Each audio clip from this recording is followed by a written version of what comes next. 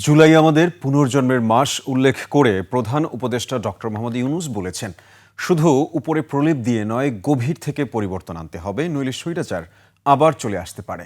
Hotel ইন্টারকন্টিনেন্টালে জাতিসংঘ Bangladesh office আয়োজিত এক অনুষ্ঠানে তিনি একথা বলেন।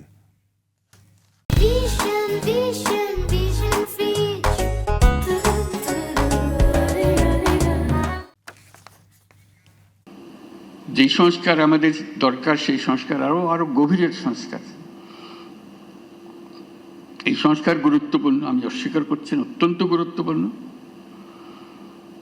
কিন্তু আমার আবেদন হচ্ছে, আমাদের জাতির ভেতরে এমন কিছু রয়ে গেছে যেটা যত শাস্তি দিই, যত কিছু দিই, ওইটা বোধহয় ওইটার বীজ বোধহয় আমাদের মধ্যে থেকে যাবে।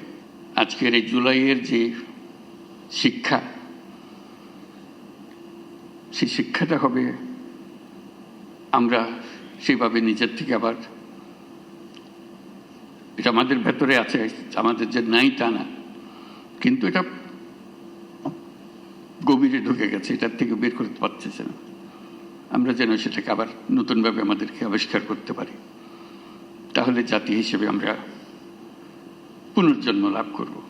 জুলাই আমাদের পুনর্জন্মের মাস।